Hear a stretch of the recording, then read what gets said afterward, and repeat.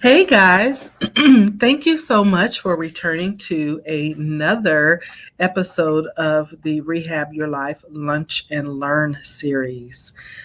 I hope you guys had a great holiday weekend and we are back at hump day again to just go ahead and rock out the rest of this week.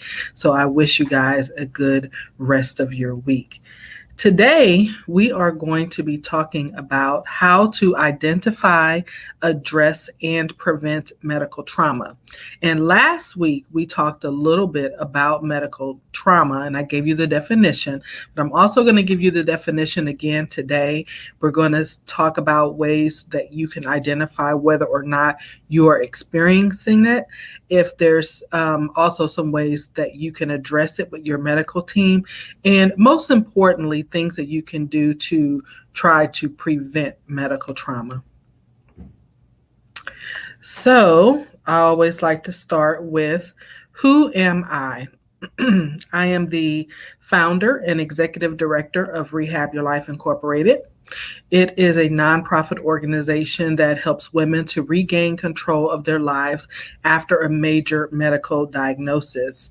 Diagnoses like cancer, multiple sclerosis, heart conditions, things of that nature, something that's significant that has made a major impact on their life.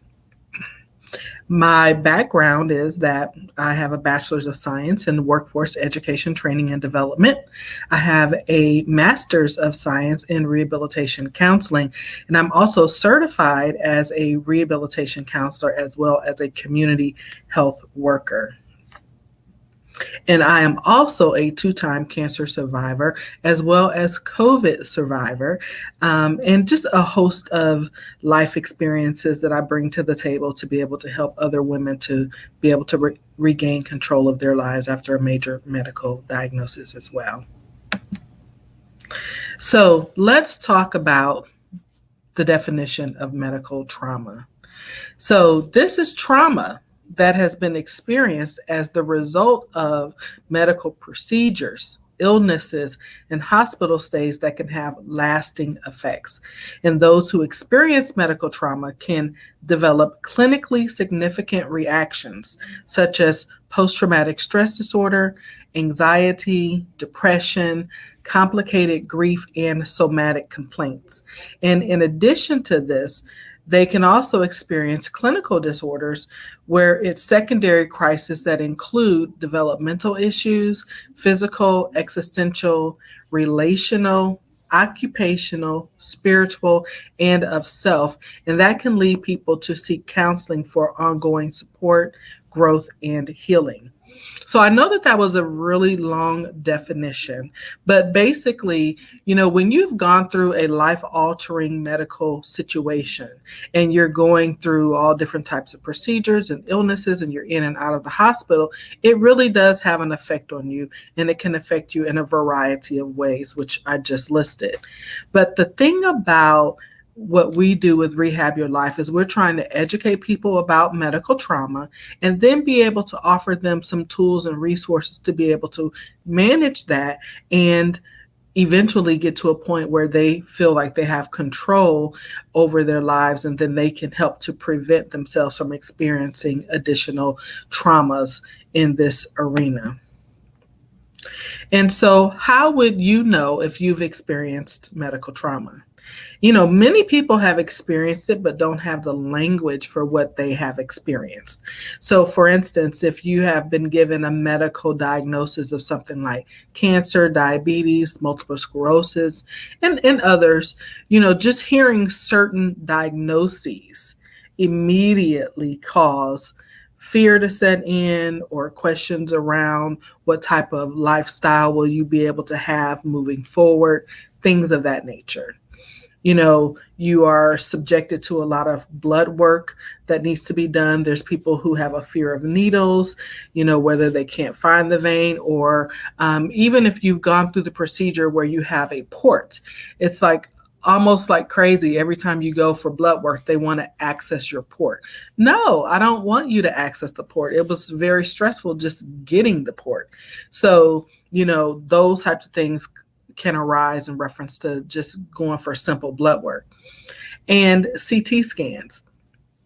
Now, a CT scan is different than an MRI, but both of them have loud noises. You're going into the machine, even though it may be open. You may have to do imaging that has contrast, which means they had to put in an IV, and then they're pumping into your body some iodine or some type of solution. And just that whole experience can be extremely nerve-wracking. And then ultrasounds. A lot of people go, oh, it's just a simple ultrasound. Well, depending on the type of situation you may be having, there are internal ultrasounds that are done as well as external. Some of these come with a lot of uncomfortable pressure points as they're trying to position and be able to see what they need to see. For women, sometimes they go in vaginally so that they can see from the inside. And so even ultrasounds can cause medical trauma. And so, because of the condition that you have, you may have experienced a variety of side effects, whether it be depression, anxiety, issues on the job where, you just might not want to tell people what's going on until you know more. You may be having some identity crisis. Why is this happening to me? As well as spiritual crises. Lord, how did you allow this to happen to me? And then there's just this, sometimes you just don't feel like yourself and you can't quite put your finger on it. And so, if you have been recently diagnosed, are you experiencing any of these types of side effects of what you've been through? It could be pointing to the fact that you may have experienced medical trauma and just didn't realize it. So here are some other types of side effects, if you will, where you might be able to relate to. So if you're having any of these physical reactions where, you're just fatigued, or, it's time to go for an appointment and you automatically get an upset stomach. You're having issues with sleeping, changes in your appetite. If you have chronic muscle tension, it's because internally you may be thinking of, what you're going through and just tightening up every time you think about it. You may be having a variety of headaches, different types of headaches that you may or may not have experienced before. It might not be a migraine, but it's just, a cluster headache, or, you normally get headaches in the front, but now you're getting headaches in the back. And then all of these things can definitely affect your sexual life. And so these are just examples of some of the physical reactions that you may be experiencing. And then let's talk about the emotional reactions. You may be feeling overwhelmed just with life in general. You may feel like you're helpless in your situation and that there's nothing that you can immediately do about it to change it. You may be feeling inadequate. There might be a sense of vulnerability that you've never had to be that vulnerable before. And this can cause you to have mood swings. This can cause you to have suicidal or violent thoughts or urges. You may just cry at the drop of a hat and just be irritable for no reason. These are some of the emotional reactions that you can have if you have experienced medical trauma. And, as adults, we don't necessarily think of having behavioral reactions. But, in truth, a lot of the things that we do, the behaviors that we do as adults, can be rooted from our experiences with medical trauma. We might want to isolate ourselves or withdraw because we don't want other people to know what's going on.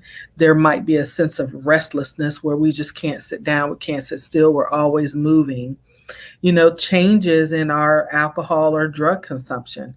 Having a glass of wine every now and again for some may not be a bad thing. But if you find that you are drinking the whole bottle instead of just a glass or two, then you need to really investigate and see Are there some underlying behavioral changes that you're going through? Same thing with drug consumption, being able to, recreationally use drugs because they're legal in some places, you know, to each his own. But if you find yourself, self-medicating and or utilizing drugs, and these are behaviors you normally would not do, these are indicators.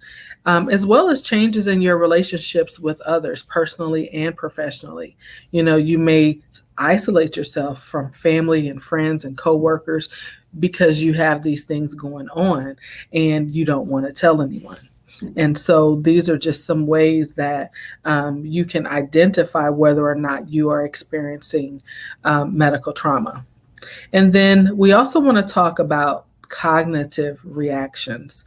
This is one that a lot of people do not want to talk about, but you have to talk about it because this is the story or the narrative that is playing in your head. When you get that diagnosis, there's a sense of disbelief. You have a sense of being numb, like time just stands still. And you may replay events over and over in your mind. How did this happen? What did I do to cause this? Or did someone give me this? There's all types of cognitive reactions that one has.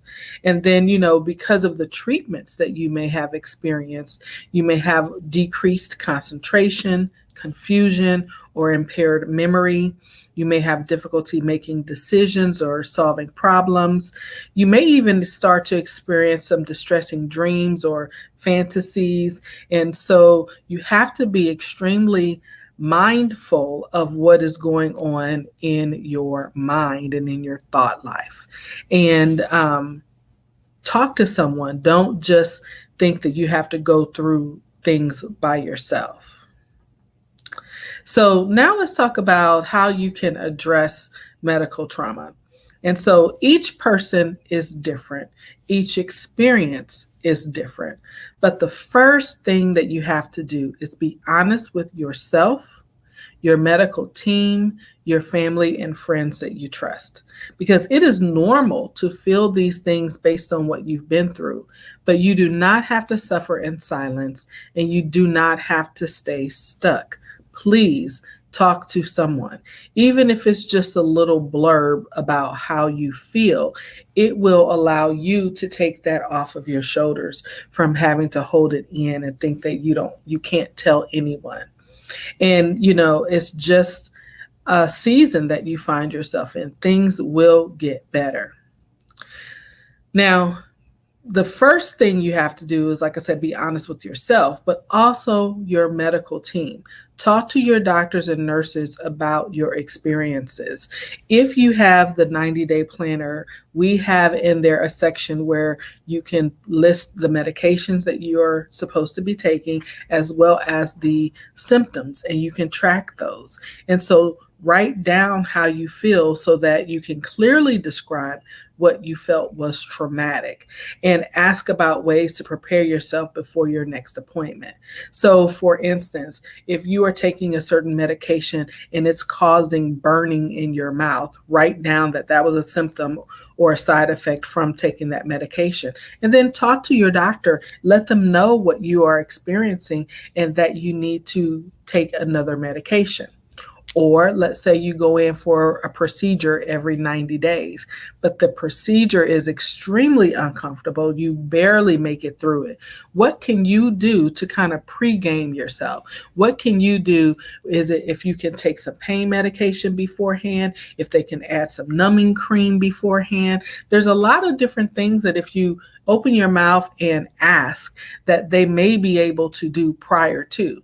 One of the most important things is to make sure that you are well hydrated, because if, our bodies are made up of 75% water. And so if they're inserting things and they're moving organs around or doing different things invasively, you want to make sure that you're well hydrated so that your skin and that your body, your organs, are not rigid and that they're going to go with the flow. And so being hydrated is definitely one of those things that you can do, that you have control of.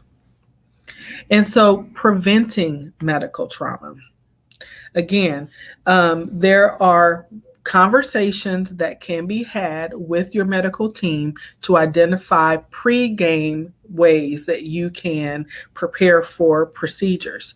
Another thing that you have in your actual control is to ask someone to go to your appointment with you. That way, they can help to keep your mind busy through conversation. You can be telling them how you are feeling and let them offer to help you. You know, they can massage your shoulders, they can hold your hand, they can pack a snack for you, different things that you can allow someone to do for you in that moment that will help to distract you in a good way from thinking about what you're about to experience. And, you know, those little things go a long way. We take for granted, and sometimes we're just like the Lone Ranger and go to our appointments by ourselves. And then, you know, you go home and you just pull the covers over your head. Well, that's not doing you any good, and it's not allowing other people to be able to love on you in the ways that they may desire to love on you. So, again, you have control over some of the physical preparation things that you can do in conjunction with talking with your doctor, making sure that you're taking your medications, because sometimes pain meds prior to an invasive procedure may help. Drinking enough water, like I said, eat food if you can. Sometimes they will have you to fast before certain procedures, but other procedures you can eat up until a certain time. Make sure that you do, so you're not sitting there at the doctor's office with your stomach growling. Anytime when your body is depleted of something, it's going to not allow you to muster up the strength to get through whatever it is that you need to get through. So make sure that you have prepared yourself as you can for the procedure. I also recommend stretching. It helps to keep your body loose. It helps to relax your shoulders and your neck. And these are just things that you have within your control to be able to prepare yourself for addressing and preventing medical trauma. Mental preparation is also key. I know everyone hears about mindset shift. Your mindset is so very important when you are in the thick of it and you are experiencing medical trauma and you're trying to get to the other side. So pray, if you pray before your appointment, and remind yourself that you can do all things through Christ who gives you strength. This has helped me on so many occasions where I've done all the other physical things that I could do, and then I had to mentally prepare. So whether you believe in meditation or you practice different ways to calm yourself, do the things that you know to do, and to encourage yourself and remind yourself that you can do this. You can do all things through Christ who gives you strength. Also, bring reading material or listen to music or podcasts or watch inspirational videos while you're waiting in the lobby. Again, these are good ways to distract yourself so that you can stay in the zone, if you will, as you prepare for undergoing a procedure that you may feel that is causing some trauma to you. And, it could be anything that you bring with you, but you need to be able to positively distract yourself so that you can maintain a good positive mood, maintain, if you will, your game face so that you can make it through. So, preventing medical trauma. Is it realistic to think that medical trauma can be prevented? And the honest answer is yes and no. It's one of those things where the medical system has devised ways to be able to see into our bodies, whether it's invasively or laparoscopically. No matter what, based on the diagnosis that you have, there are going to be certain procedures that you have to undergo in order to get an honest and valid diagnosis. So, from that perspective, the answer would be maybe not, because there's just going to be certain things that you have to do. But then, in my opinion, the answer shifts back to yes, because there might be older versions of things that still get the same answers that are not as invasive. There might be chemical ways to be able to do something instead of physically doing it to you. There may be other tests that can be done that get the same results. If you never ask, you never know. Also, just being able to prepare for things in different ways, whether it is, believing that you can do all things, whether it is making sure you are hydrated and well fed and taking your medication and or adding pain medication. There are things that can be done to help to prevent the furthering of the medical trauma that you are experiencing.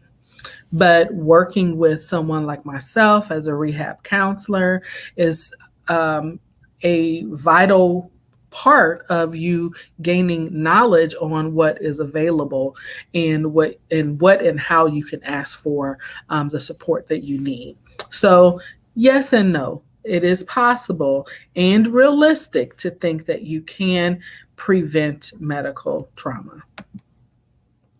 So going to wrap it up by providing you with some tips and suggestions. First of all, you have to talk to your medical team. Communication is key. You can add people to your medical team to support you. Working with a rehab counselor like myself and my community health workers, we can become a part of your medical team and help in supporting you and talking with your doctor. Ask questions. And if you don't get the answer that you desire, ask again. And or take someone with you. Sometimes when we're in the zone and we're just trying to make it through the appointment, we forget how to or we forget to ask the questions. But if you take someone with you who may have written it down, then they can say, excuse me, I still, I'm here to support her. And these are the questions that she asked. And so, make sure that your requests are known in writing. Don't rush into making a decision. You can always do your research. Just because they say, okay, well, we need to get you scheduled as soon as possible, you can always take a beat. That's what I say. Take a breath, take a beat, think about what it is that you are facing, get a second or third opinion, and then make a decision. And you can ask them for more detailed information. Ask them to explain what they are doing throughout the procedure. Literally throughout the procedure, if you desire to still be woke during the procedure. Or you can tell them in advance. Some things they won't put you all the way under anesthesia for. So you will be woke for certain things. And you can say stop. If and when you say stop, they have to stop. And so you can prepare yourself for these things, putting those protocols in place, and make sure you gain clarity on your aftercare instructions. A lot of times patients are released home and they don't fully understand what it is that what they need to do to ensure that they're going to recover well. So, you don't have to suffer in silence. When you went to that appointment or when you were discharged, make sure you have someone with you. They are going to hear the same things that they said, and they can help to help you to gain clarity on the aftercare instructions. A lot of times when we don't hear the instructions well, we self-inflict the medical trauma onto ourselves. And we don't want to acknowledge that, but that is a part of it. If they say, make sure you take your medications on the hour, every 4 hours, and then you're taking them every 6, and you're like, oh, but I'm in so much pain. Well, you let yourself go 2 hours before you took the next dosage. You caused yourself to be in additional pain. So we want to make sure that we gain clarity on the aftercare instructions, because that is where a lot of people actually feel like they have experienced medical trauma, even on the flip side of the procedure, because they did not have clear aftercare instructions. So I cannot stress that point enough. And lastly, I wanted to share a quote from Maya Angelou. It says, "People will forget what you said. People will forget what you did, but people will never forget how you made them feel." And that, goes on both sides, whether it was a good experience or whether it was a bad experience. People will never forget how you made them feel. And we here at Rehab Your Life hope that all of your experiences with us leave you feeling good, where you want to continue to work with us, where you want to continue to get to know us and grow with us. And so this is how you can connect with us. We are located at 7171 Highway 6 North, Suite 116 in Houston. Our phone number is 281-849-1307. And you can check us out on the internet at rehabyourlife.org. We are also on all social media, Twitter, Instagram, as well as Facebook and YouTube. And we are just so excited that you guys joined us today for our Lunch and Learn series. I hope to see you back again next week, where we will be talking about the 4 stages of adaptation, adapting to the changes that you have experienced through medical trauma. So I hope that you guys join us again next week. Have a great rest of your lunch.